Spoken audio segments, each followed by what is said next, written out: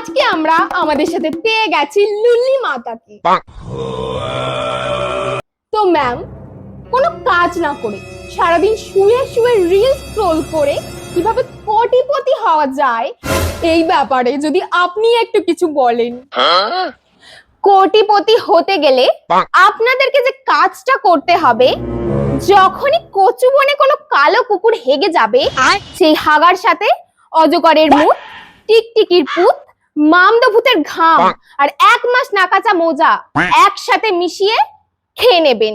তাহলে আপনাদের কোটিপতি হওয়া কেউ আটকাতে পারবে না। ম্যাম, আপনি যদি নজর লাগার ব্যাপারটাতে একটু কিছু বলেন।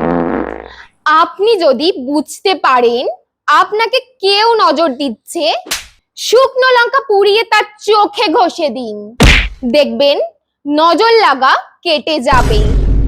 লুলিমা, আমার এক্স আমাকে অনেক কষ্ট দিয়েছে, তোর থেকে বদলা নেওয়ার জন্য কি কোনো টোটকা আছে?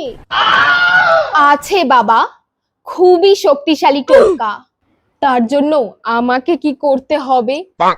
ভোরবেলা ওর বাড়ির সামনে গিয়ে হেগে আসবেন, তার ওপর একটা পুরনো জুতো রেখে আসবেন আর এই মন্ত্রটা 3 বার বলবেন। ইরিং বিরিং তিরিংটা, এক্সের কপাল ফিরিংটা, হাগা জুতো একসাথে, বদলা হবে 1 রাতে।